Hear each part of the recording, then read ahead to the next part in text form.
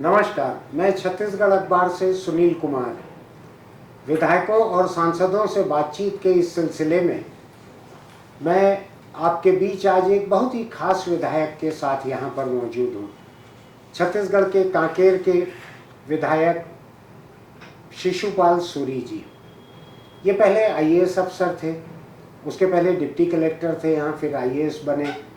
उसके बाद उन्होंने राहुल गांधी की मौजूदगी में कांग्रेस पार्टी की सदस्यता पाई। फिर उनको पूरा एक कार्यकाल विधानसभा का इतना इंतजार करना पड़ा। तब पार्टी ने पिछले चुनाव में इनको टिकट दी। ये पहली ही बार के चुनाव लड़कर 20,000 से अधिक वोटों से जीत कर आए कांकेर से। आदिवासी इलाका है, आदिवासी सीट है। शिशुपाल सूरी जी की कहानी बड़ी दिलचस्प है। मैं भी कैमरा शुरू होने के पहले उनसे बात कर रहा था, लेकिन हम इसको बातचीत के दौरान ही उनसे सुनेंगे। फिलहाल तो यह है कि प्रदेश के सभी विधायकों और सांसदों से बातचीत का ये सिलसिला ये बड़ा दिलचस्प होते चल रहा है। इसको बहुत बड़ी संख्या में लोग देख रहे हैं, उसके टुकड़े काट के रील बनाकर उसको आगे बढ़ा रहे हैं।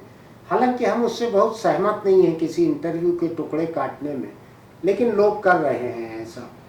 तो इस तरह से ये बात दूर तक पहुंच रही है। अब इस कार्यक्रम का, रूबरू कार्यक्रम का, जिसमें हम रूबरू मुलाकात करते हैं, बात करते हैं, इसका मेरे कुछ साथियों ने एक नाम भी रख दिया है टीवी चैनलों के मुताबिक, डंका या लंका।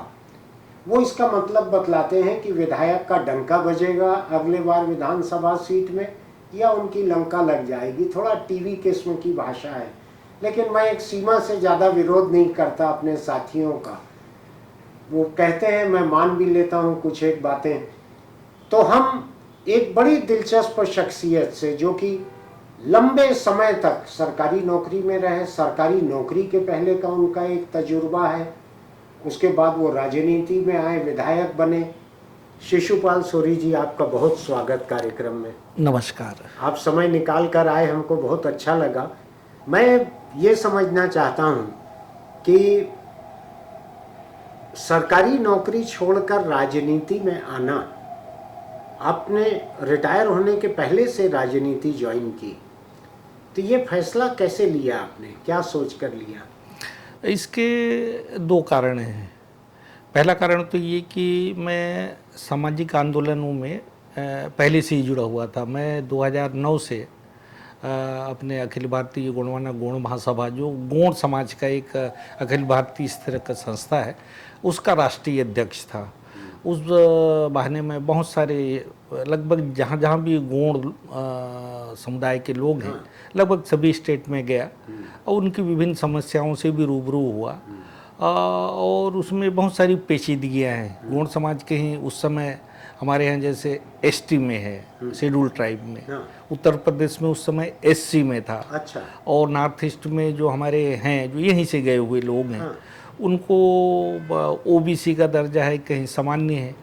इस इलाके से जाके नॉर्थ ईस्ट में भी बसे हाँ, जब चाय बागान उस समय शुरू हुआ था अंग्रेजों के समय, अच्छा, तो बड़ी मात्रा में हमारे छत्तीसगढ़ से काफ़ी तादाद में है वहाँ पे। ऐसा? हाँ जी जी। तो ये नॉर्थ ईस्ट में किस स्टेट? असम में। असम में जी, चाय बागान जहाँ जी जी। और वहाँ से कुछ फैले हुए, जैसे कुछ मेघालय में चले गए, कुछ इस तरह, पर मूलतः वो असम गए थे। वहाँ से फिर वो इधर उधर डिस्पर्स हुए अलग अलग राज्यों में, कोई नौकरी के सिलसिले में, कोई काम के सिलसिले में। इस तरह उधर भी हमारे समुदाय के लोग हैं। तो इन समस्याओं से का एक ही हल था प्रशासनिक तौर पे। तो बहुत जगह हमको भी परेशानी होती थी। मैं उस समय शासकीय सेवा में था, उसके बाद भी जब दूसरे स्टेट में जाते हैं तो वो रिस्पांस नहीं मिलता जो अपने स्टेट में मिलता है। तो मुझे लगा कि इसके लिए हमको रास्ते बदलने पड़ेंगे। कुछ ऐसे पदों पे हमको जाने पड़ेंगे जहां हम सीधे ही इंटरवीन कर सकें। तो मुझे लगा कि राजनीति सबसे अच्छा तरीका हो सकता है।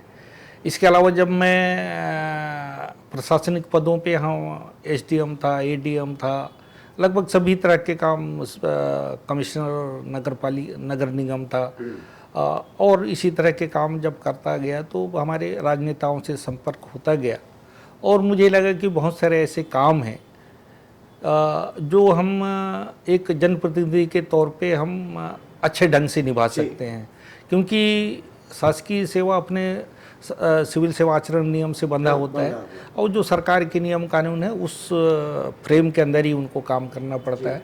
बहुत सी ऐसी बातें हैं जिसको हम उससे बाहर जाके भी करना चाहते थे, वो नहीं हो पाता।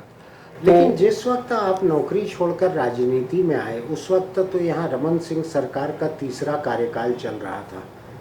आपने भी करीब करीब 10-12 साल तब तक काम कर लिया था रमन सिंह के मुख्यमंत्री रहते हुए। तो भाजपा भी एक विकल्प था सामने, कांग्रेस आपने क्यों ज्वाइन की? हाँ, ये विकल्प मेरे लिए ये आसान था बीजेपी वाला। हाँ।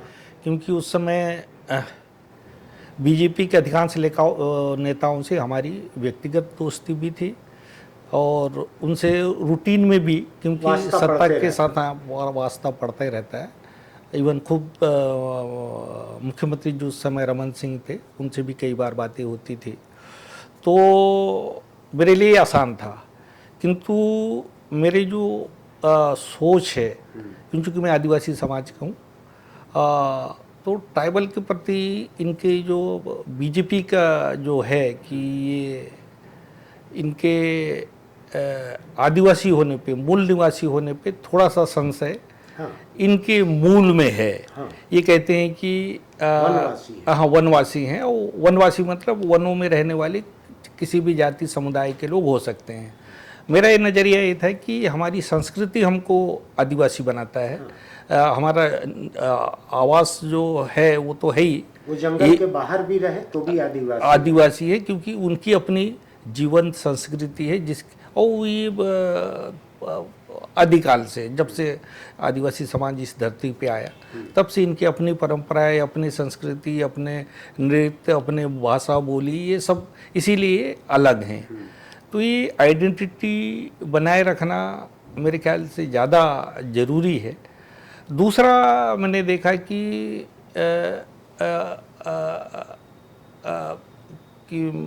इकोनॉमिक्स में जो थ्योरी और हमारे यहाँ की जो अर्थव्यवस्था और विदेशी अर्थव्यवस्था में उस समय साम्यवाद और दक्षिणपंथी ये दो विचारधाराएं काम कर रही थी, तो मैं साम्यवाद से थोड़ा सा ज़्यादा प्रभावित था, आज भी हूँ, बजाय दक्षिणपंथी के। बहुत अच्छा। तो हालांकि आज कांग्रेस पार्टी के बहुत सारे लोग दक्षिण पंथ की तरफ मुड़े हुए दिखते हैं।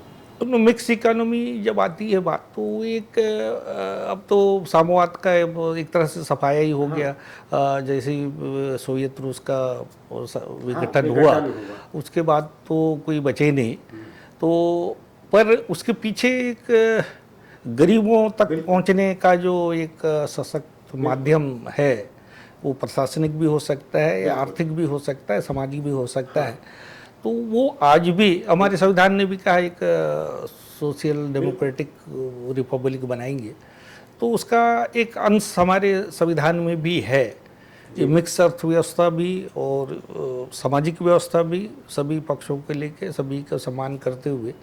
तो एक बात मुझे खटकती थी कि ये जो थोड़ा सा कट्टरता मुझे बीजेपी में दिखाई पड़ती थी, और आज भी मैं अपने उस, भले ही वहम कह लें या जो भी कहें, पर उसमें आज भी मैं कायम हूँ कि वो एक हिंदुत्व, या उसको कुछ लोग छद्म हिंदुत्व कहते हैं, उसमें एक जो अन्य धर्मावलंबी हैं या अन्य समाज के लोग हैं, उनमें कहीं ना कहीं एक भय का वातावरण या एक शंका, भय अगर नहीं है तो वो थोड़ा सा उनको लगता है कि भाई हमको वो सम्मान नहीं मिल पा रहा है।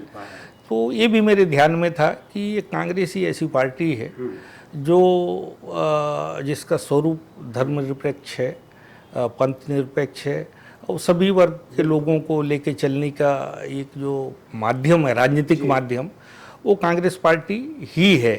क्योंकि हमारे छत्तीसगढ़ में दो ही पार्टी है, और उस समय थोड़ा सा बसपा का भी उदय हुआ था, किंतु वो इतना हमारे इसमें नहीं है कि वो एक सत्ता अकेले दम पे प्राप्त कर सके।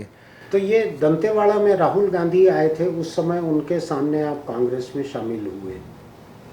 उसके बाद जल्द ही विधानसभा का चुनाव भी था जी। तो उस समय आपने कांग्रेस की टिकट के लिए कोशिश नहीं की थी? हाँ, मैंने कोशिश की थी क्योंकि मैं अपने समाज का मुखिया होने की वजह से अपने नंद कुमार पटेल जी है उससे काफ़ी जुड़ा हुआ था। उनके प्रेरणा से ही एक्चुअली मैं आया भी। अच्छा। उन्होंने कहा कि आप हमारे लिए अगर आपका इस तरह का सोच है तो आपको आनी चाहिए। नंद कुमार जी से मेरे बड़े प्रेम संबंध थे। वो जी। आके यहाँ पर बहुत मेरे साथ कई बार बैठे। हाँ, वो शख्सियत ऐसे थे कि किसी से भी बड़े अपनेपन से बात करते थे। बिल्कुल। पहली बार मिलने से ही ऐसा लगता था कि हम उनके बड़े करीबी हैं। एकदम। मैं खुशकिस्मती मानता हूँ कि उन्होंने बहुत सम्मान दिया और उन्होंने मुझे प्रेरित भी किया। वो शायद शहीद नहीं होते तो उस समय शायद वो प्रयास करते अपने काफ़ी प्रयास करते, पर दुर्भाग्य से वो नहीं रहे, शहीद हो गए झीरम घाटी के जो घटना में। जी। उसके बाद चरणदास महंत जी हैं, उनका भी बहुत हमको सहयोग मिला और उन्होंने भी काफ़ी तैयारी वो हमारे लिए मदद करने किया वो। किंतु जो हमारे स्थानीय नेता हैं जो वर्षों से कांग्रेस का झंडा उठा रहे थे, जो कांग्रेस के कार्य के लिए अपना काम कर रहे थे, तो उनका बड़ा विरोध हुआ कि पैराशूट हमारे कैंडिडेट हमको नहीं चाहिए। हाँ, आप रातों रात ऊपर से उतर के कैंडिडेट बन जाओ तो हाँ, उनको थोड़ा दिक्कत होता है और स्वाभाविक भी है। मुझे भी लगा कि भाई, फिर मैंने कहा कि अगर नहीं मिला है तो हम वेट करते हैं और लोकसभा की बात करते हैं। तो दुर्भाग्य से लोकसभा में भी नहीं हो पाया। तो हमने 5 साल काम किया और मुख्यमंत्री जो आज के हैं उस समय हमारे अध्यक्ष हो गए थे। उन्होंने फिर मुझे आदिवासी कांग्रेस की जवाबदारी दी प्रदेश स्तर पे और कांग्रेस की जो आदिवासी सेल है, हाँ, उसके मुखिया रहे। हाँ, तो वो मैंने 3 साल काम किया उनके साथ रह के और भूपेश बघेल जी का बहुत ही स्नेह और बहुत ही प्यार मिला और उनके मार्गदर्शन में, उनके नेतृत्व में हम लोगों ने उस समय चूंकि संघर्ष कर रहे थे। स्नेह और प्यार का तो एक सबूत भी है कि कांग्रेस के कांकेर से जो सिटिंग एमएलए थे उनकी जगह आपको टिकट मिली, चाहे जो भी वजह रही होगी, आपको टिकट मिली, आप जीत के आए 20,000 से ज़्यादा वोट से, तो स्नेह तो उनका था ही आपके ऊपर। जी। स्नेह था ही और मैं समझता हूँ कि मुझे भी अच्छा लगा। उसके बाद जनता का भी एक प्रेम और उनका आशीर्वाद मिला और विजयी हुआ। ये बतलाइए शिशुपाल जी, कांकेर कॉन्स्टिट्यूंसी का मिजाज क्या है? 2 ही पार्टियों को वोट पड़ते हैं क्या, कि कोई बसपा, गोंडवाना, या पिछले बार जैसे आपके बगल की सीट भानु प्रतापपुर से आम आदमी पार्टी के प्रदेश के मुखिया थे वहाँ कोमल हुपेंडी जी, वो वहाँ भानु प्रतापपुर के थे। तो आपके यहाँ भी आम आदमी पार्टी का कैंडिडेट था क्या पिछली बार? आम आदमी का नहीं था, बहुजन का था और गोंडवाना गणतंत्र पार्टी का था। इनको कितने करीब वोट मिले? ये गोंडवाना गणतंत्र पार्टी को मिला था लगभग 8,000। अच्छा, बहुत वोट थे। बहुत वोट थे 8,000। हाँ, और इसीलिए अभी जो वहाँ का जिला पंचायत सदस्य है हेमलाल मरकाम जी हैं, वो जब स्थानीय निर्वाचन हुए तो वो खड़े भी हुए थे। अच्छा। और वो विजयी भी हुए। तो वहाँ गोंडवाना का थोड़ा सा प्रभाव है। बसपा को तो 1,500 के लगभग मिले थे, लेकिन गोंडवाना की अच्छी पकड़ है। हाँ, गोंडवाना की थोड़ा सा है, गोंडवाना का एक वोट बैंक वहाँ पे है। अभी मैं थोड़ा सा ये समझना चाहता था, अपन असल राजनीति पे अगर आ जाएं तो, कि आने वाले चुनाव में 6 महीने से कम वक्त है।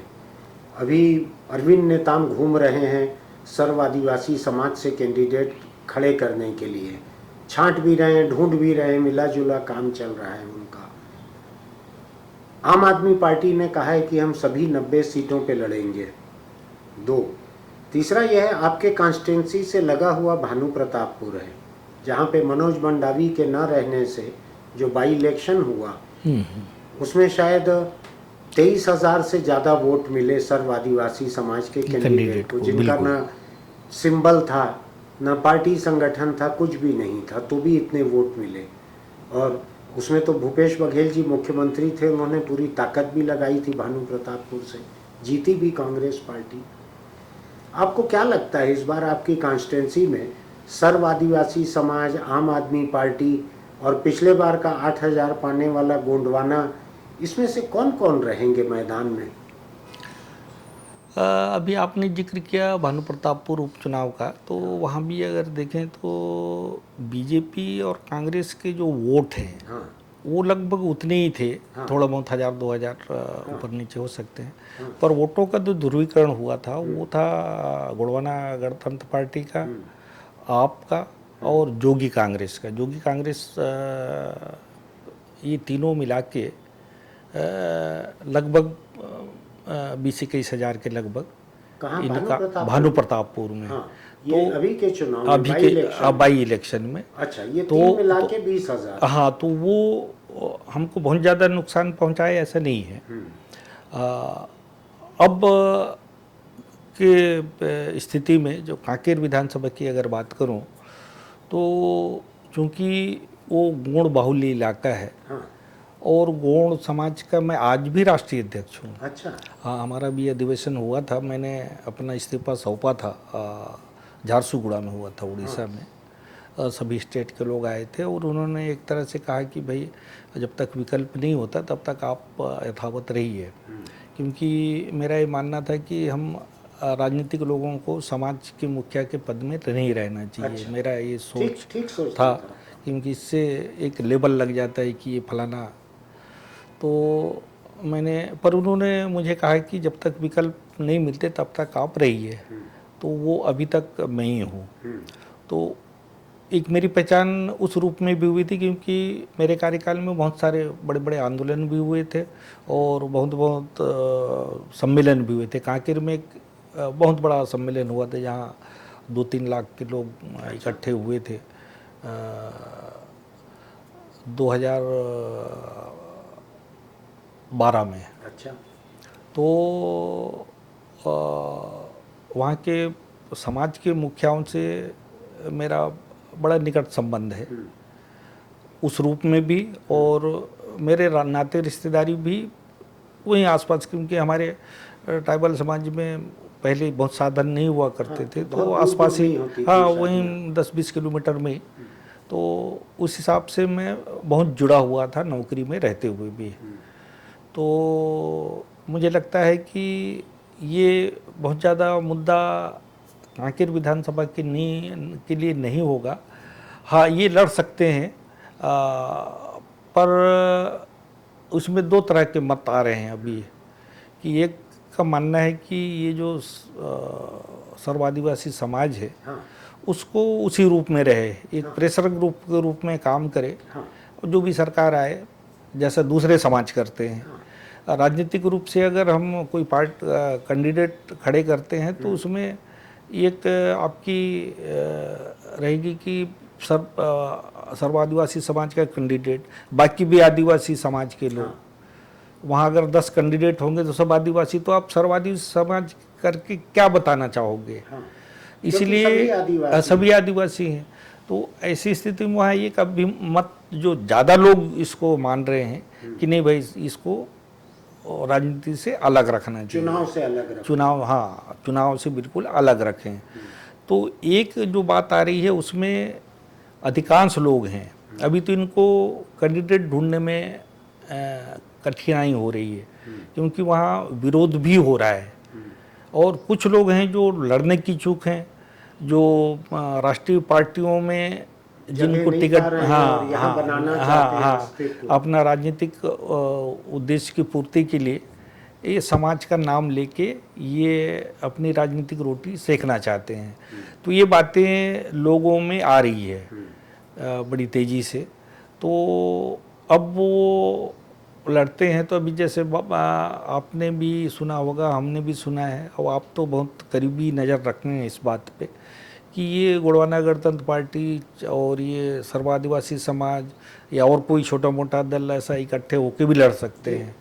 तो ऐसी स्थिति में ये इनके जो वोट हैं, जिस तरह से इनका ध्रुवीकरण वहाँ हुआ था भानु प्रतापपुर में, हाँ। उस तरह का हो के 10 के बजाय हो सकता है 15 पहुँचे। हाँ। पर ये कांग्रेस के को बहुत ज़्यादा नुकसान पहुंचा देंगे या बीजेपी को बहुत ज़्यादा नुकसान पहुंचा देंगे, इसकी संभावना मुझे नहीं लगती। अच्छा। मैं अपने कांकेर कॉन्स्टिट्यूंसी के बारे में एक बात कह रहा हूँ। नेताम जी से मेरी बात हुई थी, वो बसपा से भी बात कर रहे हैं और आम आदमी पार्टी के लोग उनसे बात कर रहे हैं नेताम जी से, जी जी जी। कि किसी तरह का एक तालमेल हो सके। तो ऐसा जो भी तालमेल होगा, ये जैसे मनीष कुंजाम है, तो नेताम जी ने खुल के कहा है कि मनीष कुंजाम का हम साथ देंगे। वो चुनाव लड़ने वाले हैं, सर्व आदिवासी समाज वहाँ कैंडिडेट खड़ा नहीं करेगा, सब लोग मनीष कुंजाम का काम करेंगे। तो सीपीआई है, बसपा है, गोंडवाना है, हो सकता है जोगी कांग्रेस का कोई अस्तित्व हो या आम आदमी पार्टी है। ये जितने भी तालमेल होगा, ये गैर भाजपा गैर कांग्रेस होगा, ऐसा दिखता है मुझको। ऐसा हो सकता है, किंतु जो छत्तीसगढ़ का राजनीतिक परिदृश्य दिखेंगे तो ये दो पार्टी ही मेजर पार्टियां हैं जो जीत सकती हैं। हाँ। ये अपना उपस्थिति का एहसास करा सकते हैं। हाँ। या कोई हार जाए तो ये कह सकते हैं कि हमारी वजह से हारे। हारा। ये तो या उनका एक राजनीतिक डामाडोल अगर हो, मान लीजिए आसपास आ जाएं कांग्रेस बीजेपी की, हाँ। तो ये किंग मेकर हो सकते हैं 5 सीट लेकर भी। नहीं, इतना तो मुझे नहीं लगता आएगा, क्योंकि अभी भी अपन देखें जोगी कांग्रेस बहुत कमज़ोर हो गया है जोगी जी के जाने के बाद। अगर वो रहते तो शायद ऐसा हो सकता था। नेताम जी से मेरी बात हुई, वो गिनते भी नहीं है। उनका मानना है कि जोगी आदिवासी ही नहीं थे, तो वो उनसे बात भी नहीं करते। उनका आपसी बातचीत भी नहीं है। हाँ, शुरू से ही उनका स्टैंड बड़ा क्लियर है अरविंद नेताम जी का। तो मैं ये समझना चाहता हूँ कि कांकेर में इस बार कांग्रेस और भाजपा से परे आपको लगता है कि कोई एक 10-15 हजार वोट पाने वाला कोई हो सकता है कैंडिडेट? उसमें अगर गोंडवाना गणतंत्र पार्टी का है, हाँ। तो उसका कुछ फिक्स वोट है। हाँ।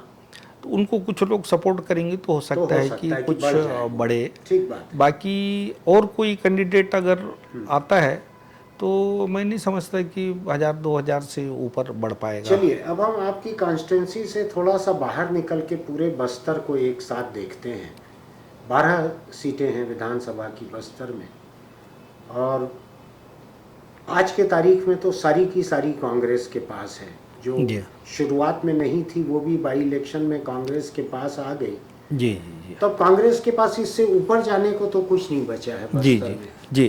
कांग्रेस ऑलरेडी अंतरिक्ष में जा चुकी है बस्तर के। जी। अब जो कुछ भी होगा वही टिके रहेगी या नीचे आएगी।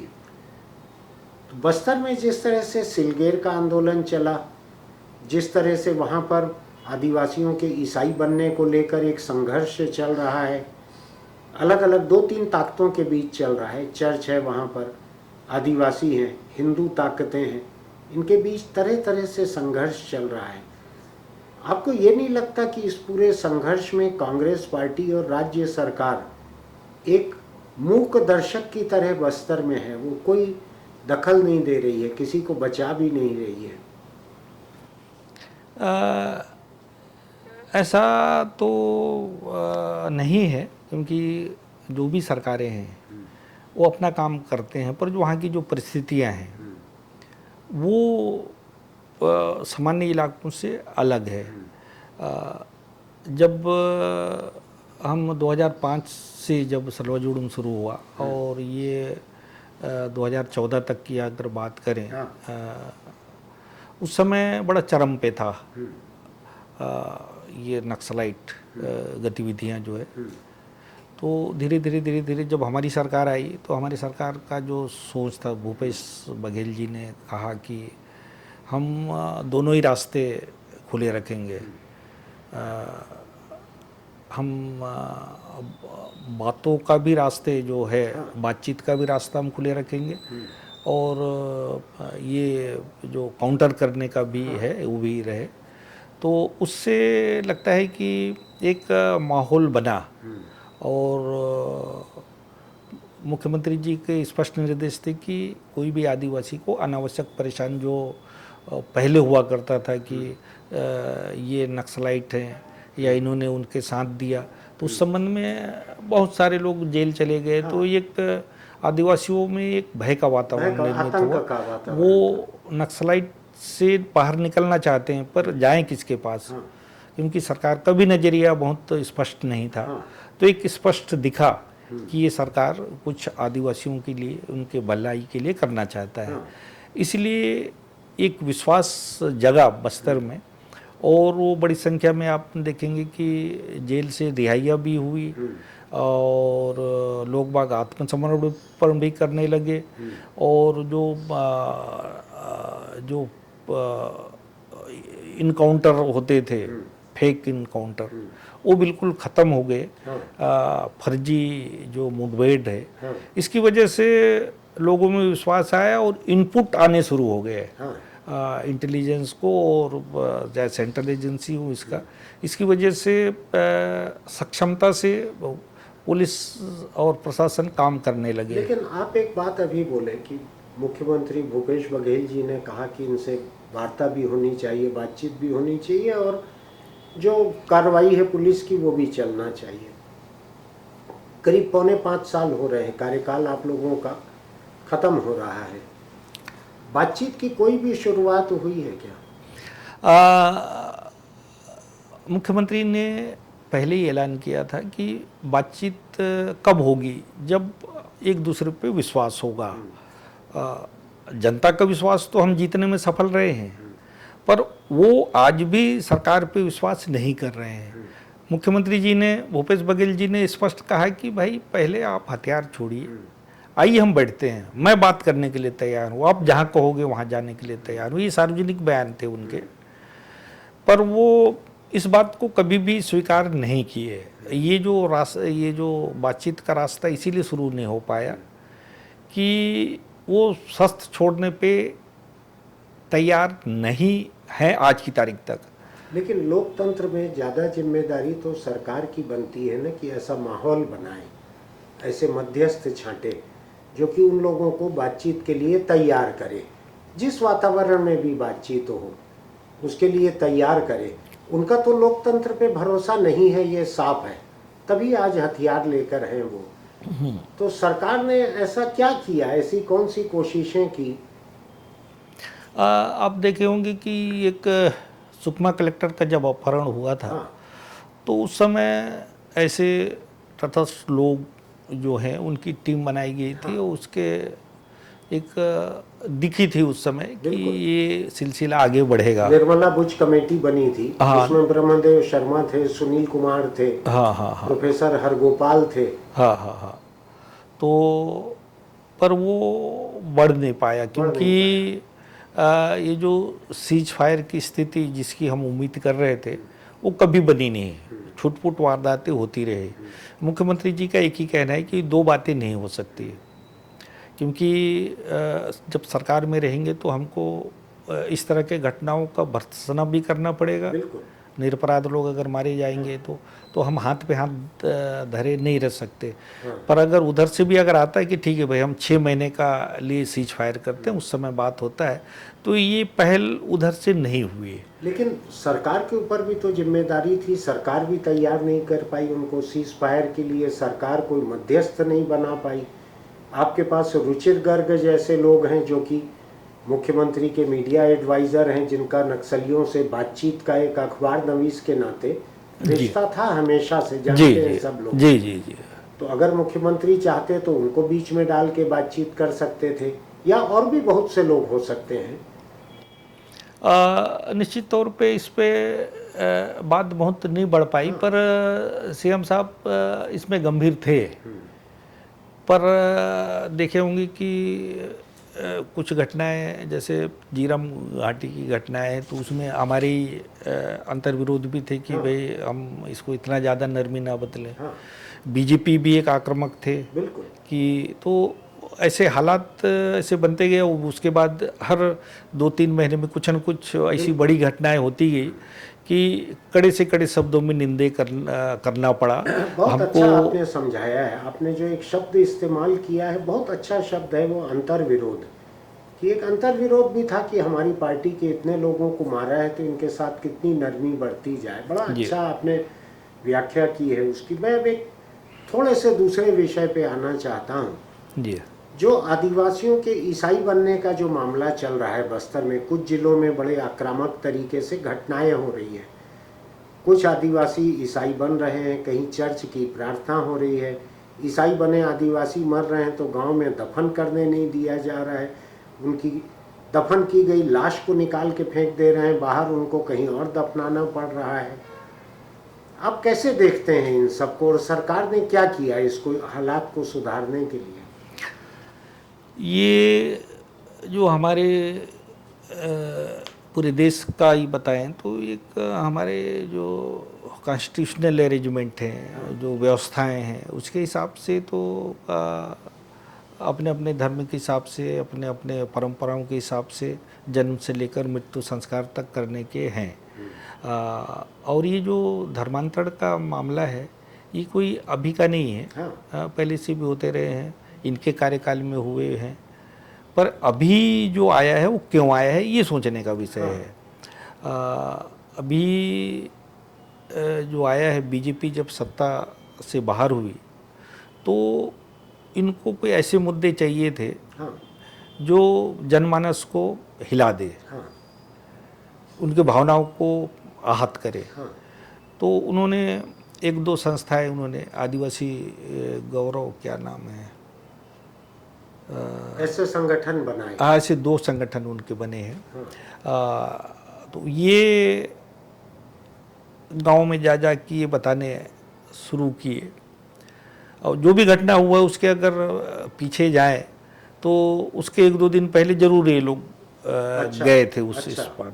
ये सीधा सीधा हाँ जुड़े हुए हैं। हाँ, ये जैसे नारायणपुर में घटना हुई जहाँ पुलिस के साथ भी इन्होंने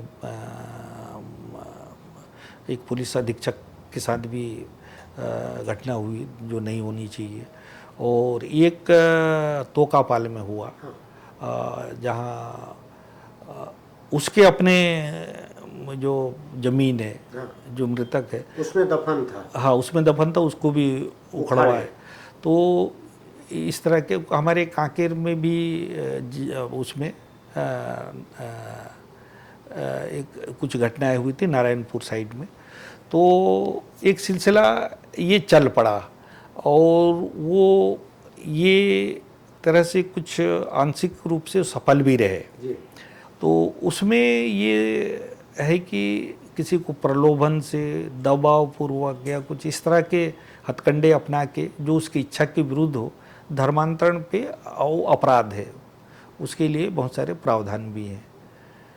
पर जो है सामान्य परिस्थितियों में उस पे भी बहुत कठोर नियम नहीं है। हाँ। जिसकी वजह से ये धर्मांतरण होते रहे हैं। ये बात अलग है कि कभी उसमें आते हैं जानकारी में, कभी नहीं आ पाते। पर एक मुद्दा है, हमारे आदिवासी समाज अपने परंपरा, अपने संस्कृति, अपने ये जो उनकी रूढ़ियाँ हैं, हाँ। इस पे बहुत भरोसा रखते हैं। तो जो हमारा बहुसंख्यक आदिवासी समाज है, हाँ। इसको लगा कि ये हमारे संस्कृति पे आक्रमण है भी सही। ये भी सही बात है। मैं थोड़ा सा आपसे समझना चाह रहा हूँ। आप गोंड महासभा के अध्यक्ष भी हैं, गोंड समाज के। जब एक आदिवासी पहली बार ईसाई बनता है या बनती है तो उसको आप धर्मांतरण गिनेंगे कि किसी धर्म को पहली बार अपनाना गिनेंगे? ईसाई बनने के पहले तक एक आदिवासी बिना किसी धर्म के आदिवासी थे। वो पहली बार जब ईसाई बनेंगे तो वो किसी धर्म में जाते हैं कि धर्मांतरण करते हैं? अगर आदिवासी मान्यताओं को देखें तो इनकी आदिवासियों की अपनी जीवन पद्धति है, उसी को हम धर्म कहते हैं। हाँ। और हिंदू धर्म को भी लगभग वही कहा गया है कि इनकी जो जीवन पद्धति है हाँ। वही धर्म आगे चल के धर्म कहा गया है। तो आदिवासियों की अपनी जीवन पद्धति है। हाँ। और इनके जो संस्कार हैं ये दूसरे किसी भी धर्मावलंबियों से अलग है। हाँ। तो ये अगर एक धर्म से दूसरे धर्म में जाते हैं तो एक तरह से धर्मांतरण ही होगा। इसीलिए इसको धर्मांतरण मानते हैं। हाँ, धर्मांतरण आदिवासी मानते हैं। ईसाई बनते हैं। हाँ हाँ, आदिवासी अगर हिंदू बने तो तब भी धर्मांतरण है, तो भी धर्मांतरण बिल्कुल है। धर्मांतरण है। आपके हिसाब से आदिवासी जो है वो ईसाई और हिंदू इन दोनों धर्मों से परे आदिवासी है। किसी भी धर्म से, किसी भी धर्म हाँ से हाँ हाँ हाँ, वो आदिवासी है। हाँ हाँ हाँ। और जब वो किसी धर्म में जाते हैं, चाहे वो मंदिर जाएं चाहे चर्च जाएं, वो हिंदू बने तो भी धर्मांतरण है, ईसाई बने तो भी धर्मांतरण है, ऐसा है। हाँ, और एक बात मैं थोड़ा सा स्पष्टीकरण हाँ। देना चाहूँगा कि आदिवासी समाज की जो परंपराएं और जो रूढ़ियाँ हैं वो एक मानवतावादी स्वरूप का है। बिल्कुल प्रकृतिवादी। हाँ, वो अपने जो भी उनके अपनी जो पारंपरिक व्यवस्था है हाँ। उसमें अगर कोई दखल नहीं दे तो इसको किसी से कोई परहेज नहीं। जी। सबको गले में लगने वाले लोग हैं, सरल है, सहज हैं, और इसी का लोग बाग नाजायज फायदा भी उठाते हैं। हाँ। तो इसीलिए अभी उन्होंने एक धर्म कोड की मांग की है। हाँ। कि हाँ, सरना भी, और जैसे हमारे गोंड लोग गोंडी की, तो उसके संबंध में विचार होने के बाद एक बात आया कि भाई एक इसको धर्म को ट्राइबल रिलीजन कहा जाए। ट्राइबल पहले अंग्रेजों के समय में हुआ भी करता था। जनगणना में आजादी के बाद की पहली जनगणना जो थी जी जी, उसमें आदिवासी को अलग धर्म माना भी गया, माना गया है। बाद में हटा दिया। हाँ, 1955 तक का ये था। हाँ। और ये 1870 एक जब से ये जनगणना शुरू हुआ तब शुरू में उसको एनिमिस्ट कहते थे, प्रकृतिवादी। हाँ। तो उसमें वो कोडिफाई होते थे। तो धीरे धीरे वो आज़ादी के बाद ही ये इनका ये तमगा ख़त्म हो गया। तो अब फिर से वो मांग कर रहे हैं कि हमारी अलग एक सांस्कृतिक पहचान है, हमारी अलग रूढ़ियाँ हैं, हमारे अलग परंपराएं हैं, इसीलिए हमको इस अलग धर्म कोड दिया जाए। हाँ। मैं समझता हूँ कि ये जायज़ भी है। अगर सभी धर्म के लोग अपना अपना धर्म कोड दिया गया है, कुछ लोग मांग कर रहे हैं, तो इनकी भी होनी चाहिए। हाँ। तो इस हिसाब से तो देखा जाए तो धर्मांतरण ही होगा। चाहे अपने आदिवासी जो परंपरा से बाहर हटके अगर किसी भी दूसरे धर्म में चले जाते हैं तो धर्मांतरण ही होगा, ऐसा मेरा मानना है। लेकिन मुझको बतलाइए कि ईसाई बनने के बाद भी अगर वो आदिवासी रीति रिवाज को मानना जारी रखते हैं, संस्कृति आदिवासी जारी रखते हैं, धार्मिक रीति रिवाज ईसाई हो गए, सांस्कृतिक रीति रिवाज आदिवासी रह गए, तो उसको आप आदिवासी मानेंगे कि नहीं मानेंगे? ये बहुत सारी बातें कुछ तकनीकी स्वरूप का भी हो सकता है, कुछ और दूसरे ढंग के भी हो सकते हैं।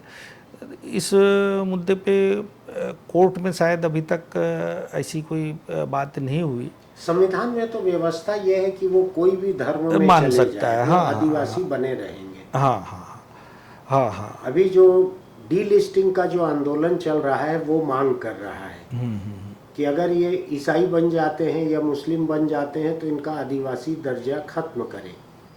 नहीं, इसमें सर एक दिक्कत ये है कि हमारे आदिवासियों की अपनी जैसे जन्म से लेकर मृत्यु तक के संस्कार के हैं। तो इसी के साथ साथ कुछ जैसे उत्तराधिकार का प्रश्न है, ये भी आता है, गोदनामा है, ये है, छोड़ छुट्टा होता है। तो ये कोई कानून से बंधे हुए नहीं है, इनके अपने जो मुखिया लोग हैं हाँ के हिसाब से होता है। जबकि क्रिश्चियन है तो क्रिश्चियन मैरिज एक्ट से वो गवर्न होते हैं, हिंदू उत्तराधिकार अधिनियम से हाँ अधिनियम है। तो ये तो अगर क्रिश्चियन अगर बनता है तो वो अगर उनका उत्तराधिकार और सारी बात केवल नाम मात्र के लिए क्रिश्चियन बने हैं तब तो ठीक है, पर अगर उनके आचरण जैसा धर्म के बारे में व्याख्या की गई है कि एक जीवन पद्धति भी उसमें शामिल है, उनकी संस्कृति, उन खान पान सब है, तब तो ये प्रभावित होंगे।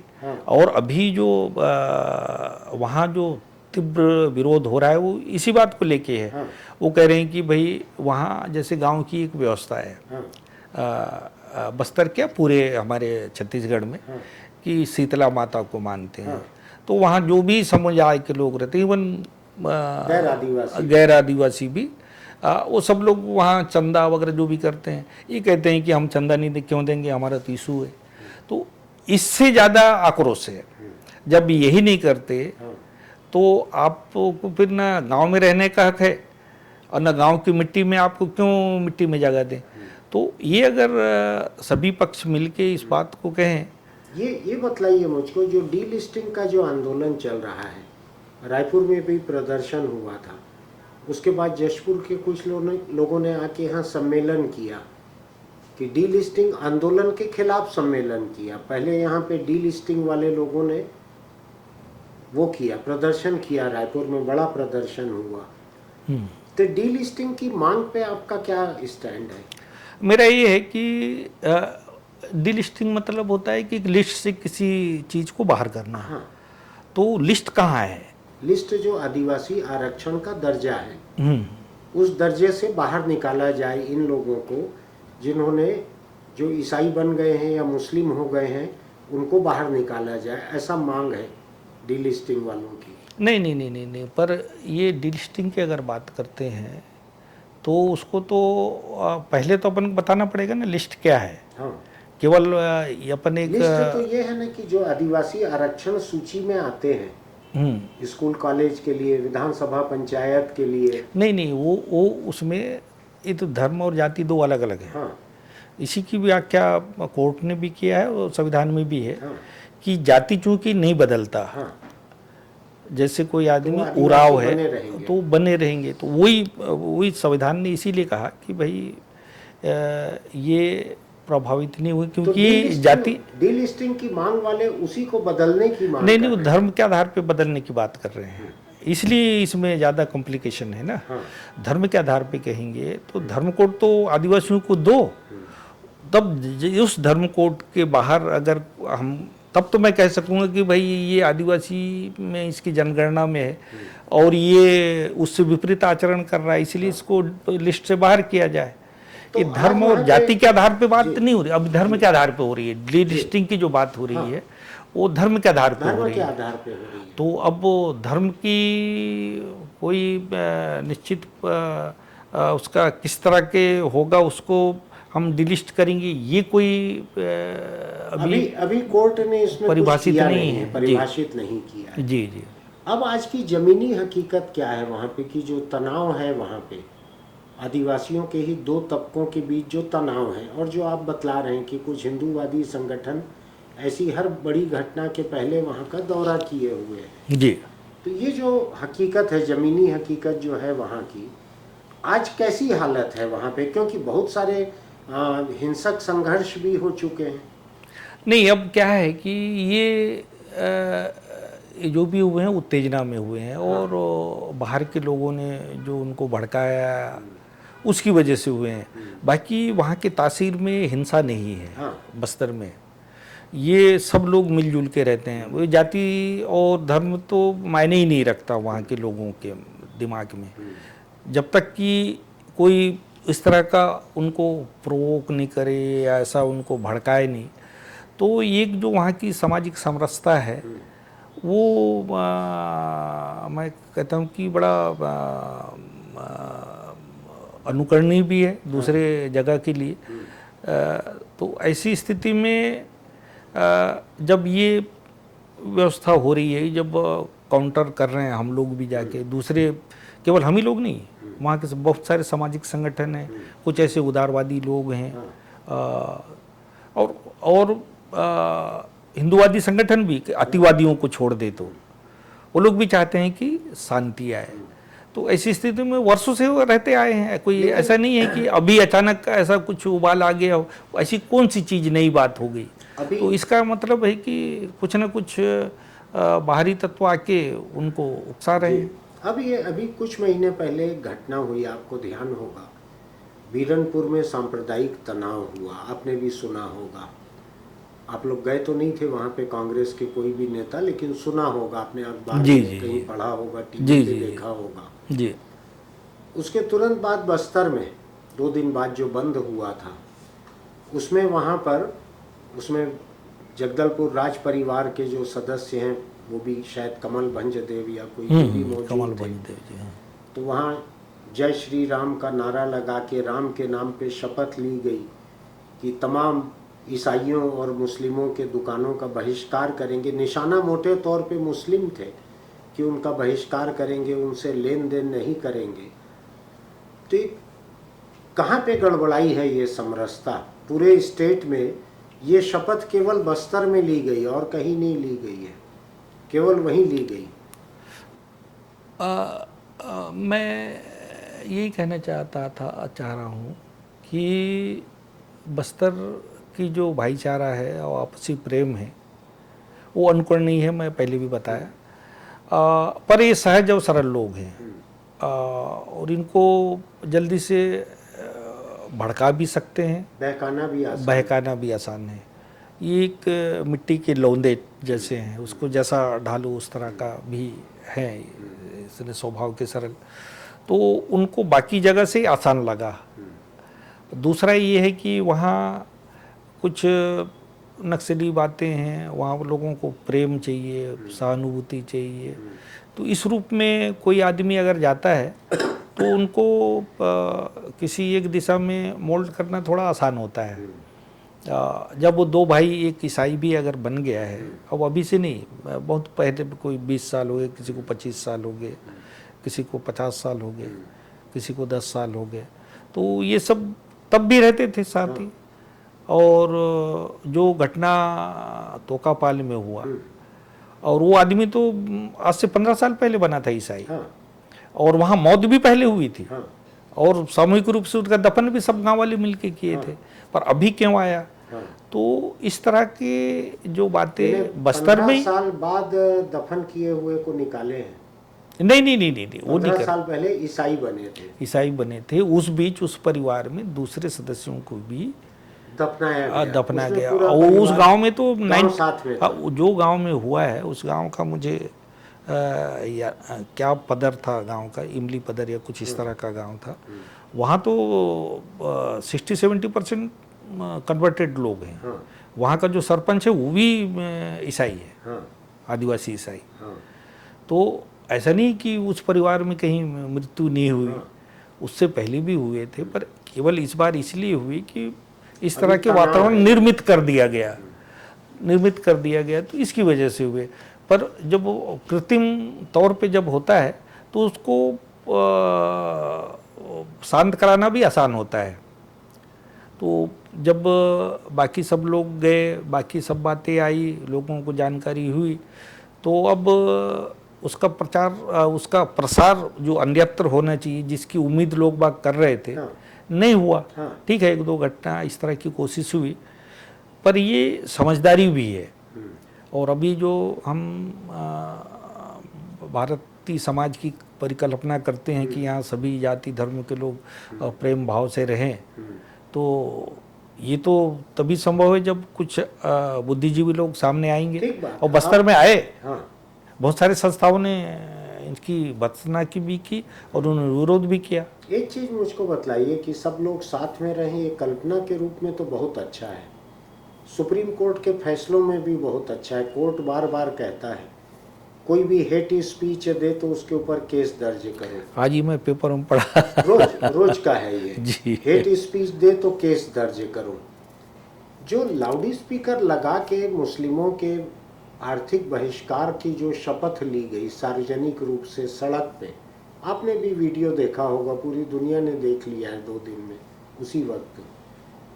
ये तो हेट स्पीच थी, किसी एक समुदाय को धर्म के आधार पे उसका बहिष्कार करना।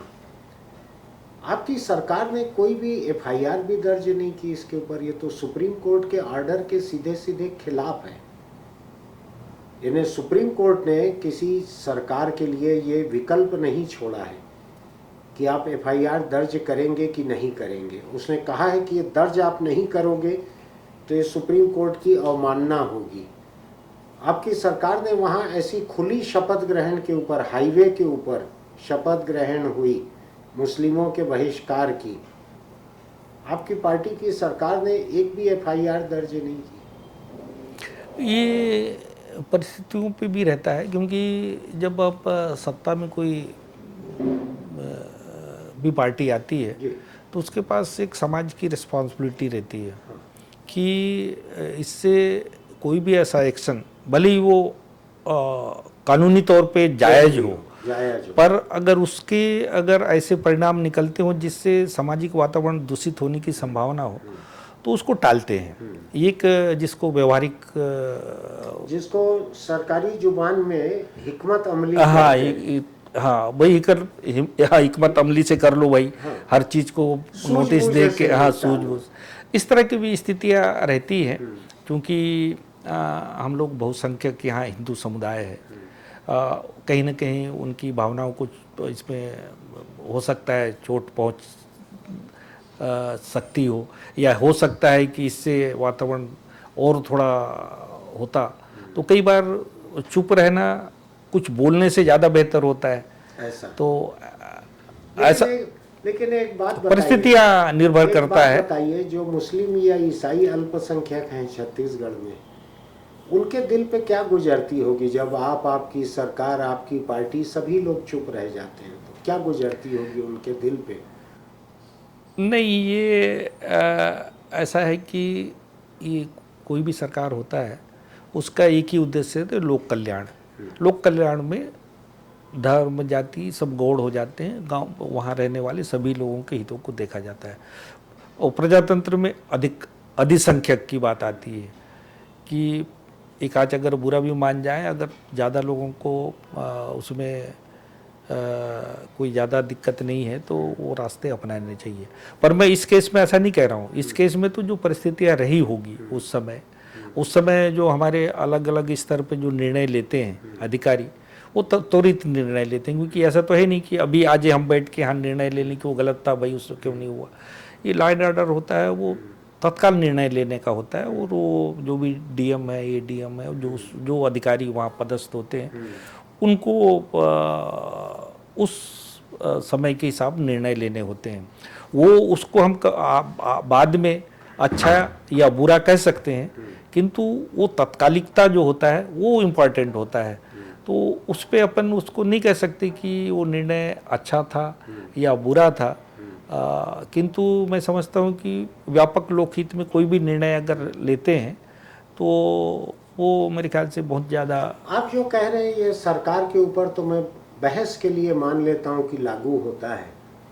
कांग्रेस ने एक संगठन के रूप में भी कुछ नहीं कहा, मुंह भी नहीं खोला। कांग्रेस ने मुंह भी नहीं खोला कि जिन ताकतों ने ऐसी खुली शपथ ली है मुस्लिमों के बहिष्कार की, उन्होंने गलत किया है, इतना भी नहीं कहा कांग्रेस ने। तो कांग्रेस तो सरकार से अलग भी है ना, एक संगठन भी है। नहीं, बहुत सारे इसके पत्रकार भी हुए थे, बहुत सारे बहस भी हुए थे टीवी में भी और मीडिया में भी। पर उस जो आप जो कह रहे हैं कि उसमें थोड़ा सा तीव्र प्रतिक्रिया होनी चाहिए, उस मात्रा में शायद ना हुआ हो, किंतु हुआ है। क्योंकि सभी पार्टियों में कुछ लिबरल लोग भी हैं और मैं समझता हूँ कि उदार लोग ज़्यादा हैं, कट्टरपंथी कम हैं। तो कई बार जैसे कभी बच्चे कुछ करते हैं तो हम लोग देख लेते हैं, ठीक है भाई इसको इस बार वार्निंग दे के कर देते हैं। पर ये जो कानूनी प्रक्रिया है उसमें भी निश्चित तौर पे होगा, क्योंकि जो कुछ ऐसे होते हैं जो 107, 16, 100 इस तरह के बंद पत्र निष्पादित करा देते हैं कि भाई कुछ दिन शांत रहे, और सरकार का काम भी किसी को चोट पहुंचाना या जेल में बंद कर देना नहीं है, उनको एहसास कराना कि आप गलत हो और आप भविष्य में नहीं करोगे। कुछ बंद पत्र बना देते हैं, बॉन्ड भरवा लेते हैं, कुछ 1-2 पेशी बुला लेते हैं, फिर वो माफी आके करते फिर नहीं करेंगे। तो इस तरह की प्रक्रियाएं ऐसे केसों में होता है। इसका मुझे डिटेल नहीं मालूम है, पर चूंकि मैं भी डीएम रह चुका हूँ, एसडीएम लंबे समय तक था, तो इस तरह की कार्रवाई स्थानीय स्तर पे होता है और इसको पर्याप्त मानते हैं। मुझको प्रेमचंद की एक कहानी याद पड़ती है जी पंच परमेश्वर, आपने भी पढ़ी होगी जी स्कूल के समय से पढ़ाते हैं। जी जी जी मैंने उसका एक प्रिंट कल निकलवाया था। जी। आप आ रहे हैं इसलिए नहीं निकलवाया जी था। जी जी जी ये 2 दिन पहले मैंने उसका प्रिंट अपने खुद के लिए निकलवाया था जी जी जी कि ये एक अखबार नवीस को जी कैसा सोचना चाहिए पूरे समय।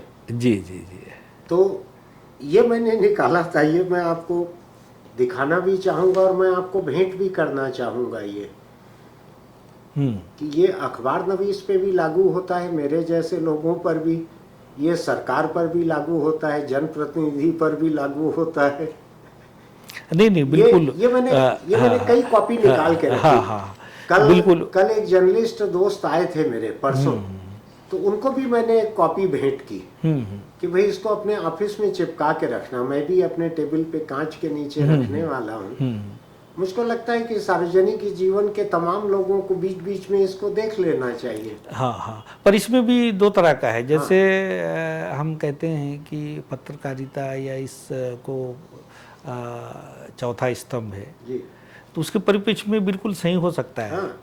पर एक राजनेता के तौर पे थोड़ा सा, जैसे मैंने कहा कि व्यापक हित में अगर कोई चुप रहने में भलाई है, हाँ। तो मेरे ख्याल से वो तात्कालिकता को देखते हुए आपने हिकमत अमली कहा। हम लोग भी प्रशासनिक तौर पे कहते हैं कि मैंने वहीं से शब्द सीखा है। हाँ, तो अफसरों से। हाँ, तो वो अलग अलग उसका रहता है। जज के रूप में भी ये चीज़ बिल्कुल सही है जी। एक पत्रकार के रूप में भी बिल्कुल सही है। एक निडर पत्रकार जो होता है जी। वो डरता नहीं कि मेरा कुछ नुकसान हो जाए, कुछ हो जाए। मैंने इसको रखा था पत्रकारों को भेंट करने के लिए, बीच बीच में आते हैं तो उनको दूंगा। नहीं वो बहुत होगा, पर 2 दिन पहले पर मुझे तो दे दीजिए, मैं रखूंगा इसको। पर हमारे लिए हर जगह लगभग इसको 100% इसको व्यवहार में लाना तो थोड़ा सा दिक्कत होगा, किंतु हम कोशिश करेंगे कि इसको